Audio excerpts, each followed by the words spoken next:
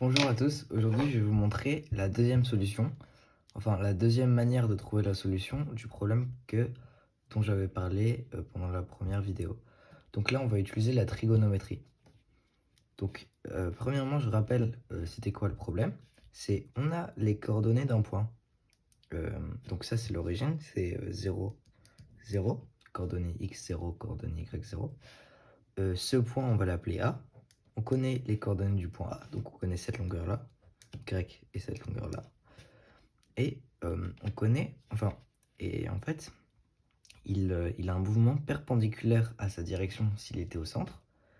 Donc ça, c'est sa direction s'il était au centre. Ça, du coup, c'est le mouvement perpendiculaire. Et avec une longueur qu'on connaît, donc on va dans le problème, on l'a appelé B. Ce qu'on cherche, c'est les coordonnées de ça. Plus précisément, c'est cette longueur et cette longueur, puisque c'est la distance, c'est la différence de coordonnées entre x, enfin entre les coordonnées x de A et les coordonnées y, enfin et les coordonnées x de B, et les coordonnées y de A et les coordonnées y de B. Donc pendant cet épisode, on va utiliser la trigonométrie. Du coup, premièrement, cet angle, on va l'appeler sigma. Alors, pour trouver cet angle, du coup, on va utiliser la trigonométrie. Et on connaît l'adjacent et l'opposé. Et on veut trouver l'angle. Du coup, comme on connaît le rapport d'angle mais pas l'angle, on va devoir utiliser l'inverse des fonctions trigonométriques. Du coup, là, comme on connaît l'adjacent et l'opposé, on va devoir utiliser la tangente. Du coup, on doit utiliser l'arc tangente. Du coup, on a tan moins 1 de x sur y, puis c'est opposé sur adjacent, égale sigma. Voilà, sigma c'est cet angle. Du coup, maintenant en fait, ce qu'on cherche, c'est on cherche cet angle, et une fois qu'on a trouvé cet angle, grâce à la trigonométrie, avec B, on va pouvoir trouver ce côté et ce côté. D'ailleurs, ce côté, il s'appelle F, et ce côté, il s'appelle E. Enfin, leur longueur.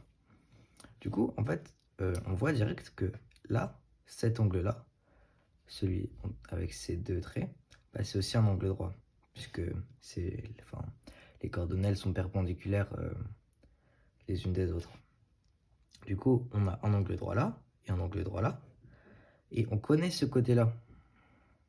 Du coup, cette partie-là, c'est forcément 90 moins sigma, ok? Vous me suivez, puisque la somme des deux, c'est sigma. Du coup, ça, c'est forcément 90 moins sigma. Enfin, c'est 90. Et ça, c'est sigma. Du coup, ça, c'est forcément 90 moins sigma, puisque 90 moins sigma plus sigma, ça fait 90. Et du coup, ça, c'est pareil. 90 moins sigma, ça donne sigma. Du coup, on sait que ça, c'est sigma. Du coup, maintenant qu'on connaît cet angle, en fait, on peut, comme je l'ai dit, utiliser la trigonométrie. Là, on connaît cet angle et on va chercher premièrement l'adjacent. Donc, on connaît l'hypoténuse, on cherche l'adjacent. Du coup, c'est simple. Tu mets. Donc, je rappelle juste les bases de la trigonométrie. C'est cos de l'angle égale adjacent sur hypoténuse. Hypoténuse, c'est le côté le plus long. Adjacent, c'est le côté qui touche l'angle. Sinus de sigma égale opposé sur hypoténuse. Et tangente de sigma égale opposé sur adjacent. Du coup, là, on va utiliser le cosinus puisqu'on cherche l'adjacent et on a l'hypoténuse. On passe l'hypoténuse de ce côté. Du coup, on a B cos de sigma égale E. Ok? Du coup, sigma, on sait c'est quoi, c'est ça? Du coup, on a B cos de tangente moins 1 de x sur y égale E. Et on va faire la même chose avec f, sauf qu'à la place de cos, on a besoin d'utiliser sinus. Du coup, on a b sin de tan moins 1 x sur y égale f. Du coup, maintenant, on connaît f et y en utilisant juste la trigonométrie. Donc, cette manière, elle était beaucoup plus simple que l'autre. En fait, j'ai quand même expliqué l'autre puisque c'est la première manière dont j'avais trouvé ce problème quand je l'avais cherché. Et je trouve que c'était assez intéressant comme réponse. Du coup, cette manière, elle est beaucoup plus simple et je trouve que c'est un assez bon exercice de trigonométrie. Voilà. Du coup, maintenant, on connaît EF. Et maintenant, je vais vous expliquer comment adapter la différence en fonction de dans quelle partie de l'image il est. Donc je vais expliquer ça plus précisément. Donc, alors, imaginons, là on a l'origine au centre, et notre cercle il tourne dans le sens des aiguilles d'une montre. Donc si on veut, on peut tout simplement inverser, enfin si on veut inverser, donc qui tombe dans l'angle inverse des aiguilles d'une montre, il faut juste multiplier par -1 chacune des directions. Et du coup là on va le faire avec dans l'angle des aiguilles d'une montre. Du coup là, quand il est là, il tourne dans cette direction. Quand il est là, il tourne dans cette direction. Quand il est là, il tourne dans cette direction. Et quand il est là, dans cette direction. Ok, donc là, premièrement, on va écrire les directions de x. Donc là, il va à gauche, et là aussi, il va à gauche. Du coup, on va écrire un moins. Et là, il va à droite, et là, il va à droite. Du coup, on va écrire un plus. Parce que plus, c'est à droite, et moins, c'est à gauche. Ensuite, pour le y, là, il baisse, et là, il baisse aussi. Du coup, on va écrire y moins et y moins. Et là, il augmente, et là, il augmente. Donc, on va écrire y plus et y plus. Donc, qu'est-ce qu'on remarque tout de suite? C'est que x, enfin, c'est que la direction dans laquelle va x, elle est en fonction du signe de y. Et la direction dans laquelle va y, elle est en fonction du signe de x. Par exemple, quand x est plus petit que 0, alors la direction dans laquelle va y, elle est négative. Quand x est plus grand que 0, la direction dans laquelle va y, elle est positive. Du coup, en fait, si tu veux trouver l'angle, enfin le signe d'un nombre, tu as juste à prendre ce nombre, bon, là c'est x, et tu le divises par son absolu.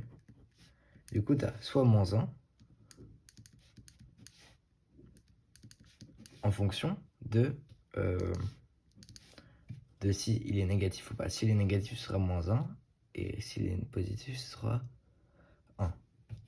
Donc, du coup, là, quand x est positif, alors la position enfin la direction y, elle est positive aussi. Et quand y est négative, elle est aussi, enfin quand x est négatif, alors la direction y, elle est aussi négative. Du coup, on va réécrire enfin ouais, non, ef du coup, puisque c'était le changement en y. Du coup, on a b sin, entre parenthèses tan -1 multiplié par y, x sur y. Et là, on va chercher, du coup, pour chaque partie du carré. Du coup, ce qu'on peut faire, c'est on va multiplier par x sur l'absolu de x. Du coup, ça va nous donner le signe de x.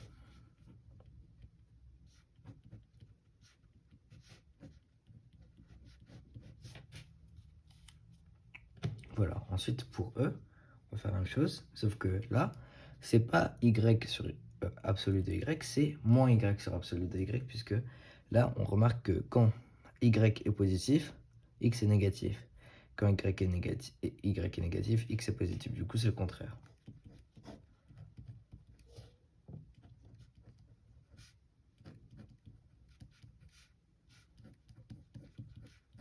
Voilà, du coup, on a terminé ce problème. J'espère que ça vous a intéressé. Moi, personnellement, je l'ai trouvé très intéressant. Surtout, j'en avais besoin pour faire une animation.